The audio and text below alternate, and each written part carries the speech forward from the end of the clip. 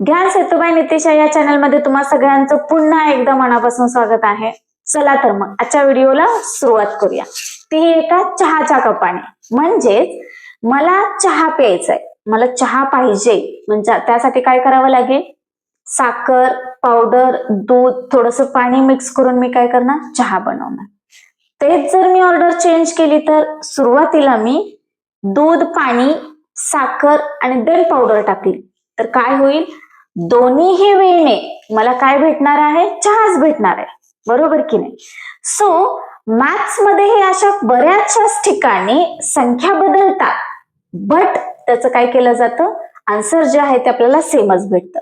मग अशी कोणती प्रॉपर्टी आहे, कुठे या प्रॉपर्टीचा वापर होतो आणि ते आपण कसं सॉल्व्ह करायचं, या सगळ्या गोष्टींचा अभ्यास आपण आज या व्हिडिओमध्ये करणार आहोत.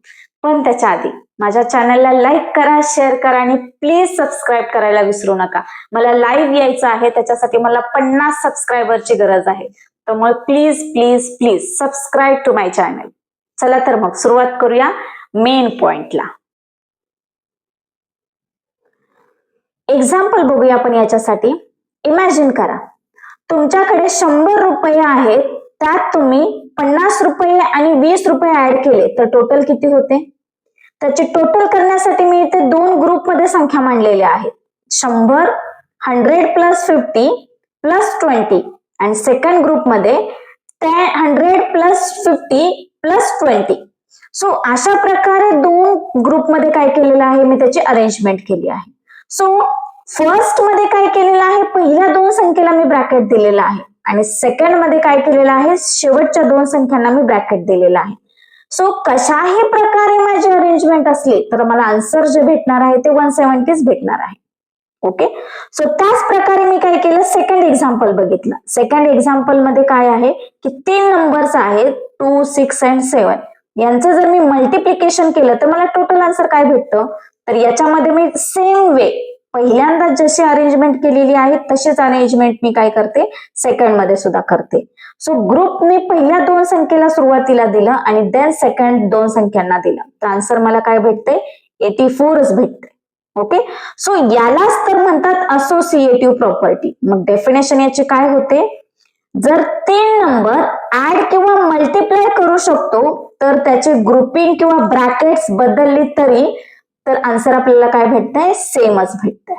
ओके, सो फॉर्म्युला आहे याच्यासाठी a plus B in the bracket plus C is equal to a plus in the bracket b plus C.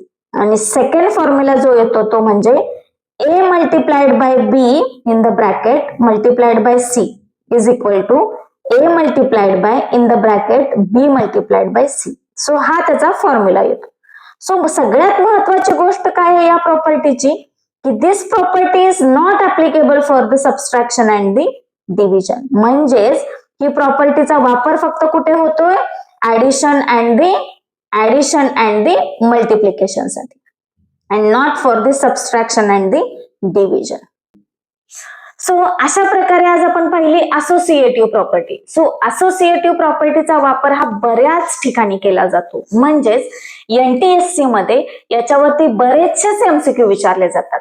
त्याचबरोबर JEE फाउंडेशन मध्ये जे तुमचं अल्जेब्रिक सिम्प्लिफिकेशन आहे ते सॉल्व्ह करण्यासाठी वापर केला जातो याचा. त्याचबरोबर पॉलिनॉमियल आयडेंटिटी सिम्प्लिफाय करण्यासाठी सुद्धा असोसिएटिव्ह प्रॉपर्टीचा वापर करतात. आणि लास्टला जो टर्म येतो तो म्हणजे फॅक्टरायझेशनच्या ज्या ट्रिक्स असतात त्याच्यामध्ये सुद्धा बऱ्याच वेळा असोसिएटिव्ह प्रॉपर्टी वापरली जाते. सो असोसिएटिव्ह प्रॉपर्टी वापरतो का? कारण की जे काही इक्वेशन दिलं आहे ते कसं पटकन आणि इझी वेने सॉल्व्ह करता येईल या दृष्टीनेच या प्रॉपर्टीचा वापर केला जातो. ओके, सो अशा प्रकारे आज आपण पाहिली असोसिएटिव्ह प्रॉपर्टी. सो असंच काहीतरी छान असं शिकण्यासाठी आणि तुमच्या खरंच उपयोगाचं आहे ते शिकण्यासाठी माझ्या चॅनलला लाईक करा, शेअर करा आणि प्लीज सबस्क्राईब करायला विसरू नका. चला तर मग भेटूया पुढच्या व्हिडिओमध्ये. Thank you so much. More power to all of you.